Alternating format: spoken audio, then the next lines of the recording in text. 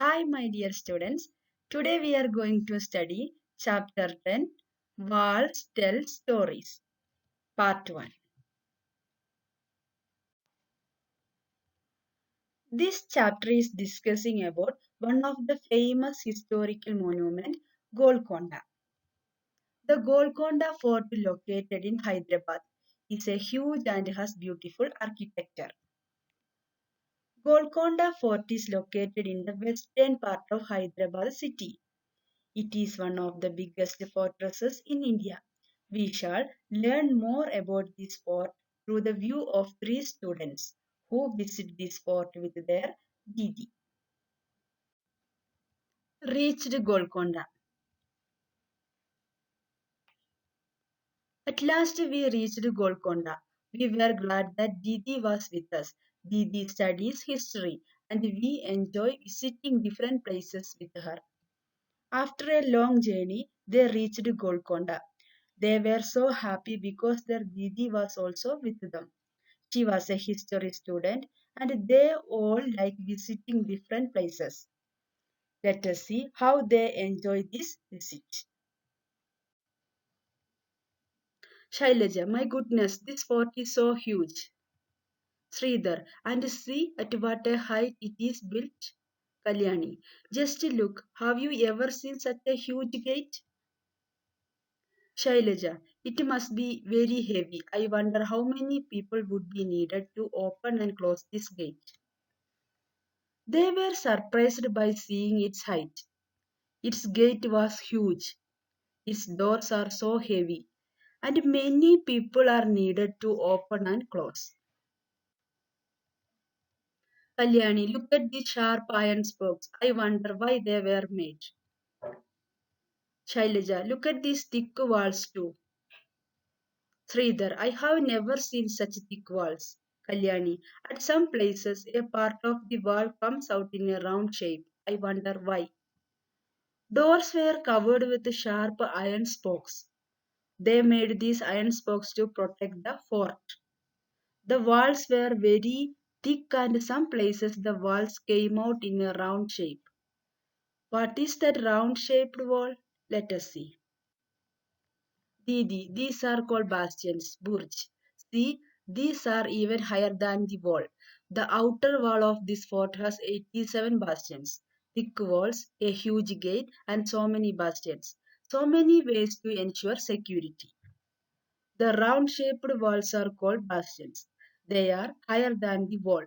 The outer wall of the fort has this type of 87 bastions. These were made for the soldiers. The whole were made for peeping out in any case of danger.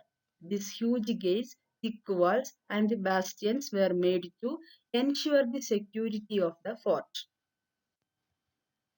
Let us see what they found inside the fort.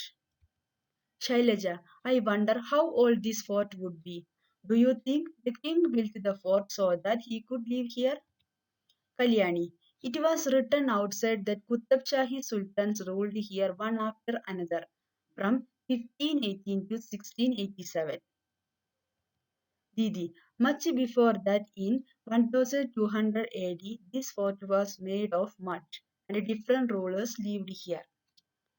They were discussing about the builder of this fort. It was built in 13th century by the Kakatiya dynasty and it was made of mud. In 16th century under the Qutb Shahi dynasty it was fortified. Shailaja, oh look, this board has a map of the fort. Sridhar, this map shows so many gardens, fields and factories. See, there are many palaces also inside the fort. Shailaja, that means that not only the Sultan but many other people like farmers and workers must also have been living here.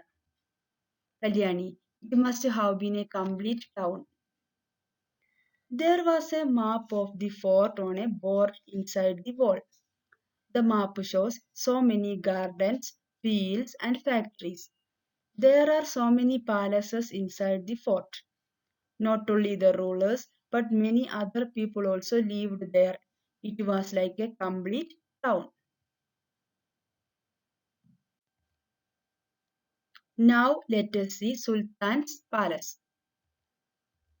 Sridhar, these steps seem to go and on. Shailaja, even in those days they used to have buildings with two floors. Kalyani, now the building is in ruins, but one can imagine that earlier there were many big halls and rooms here. Sultan's palace was built on a high area.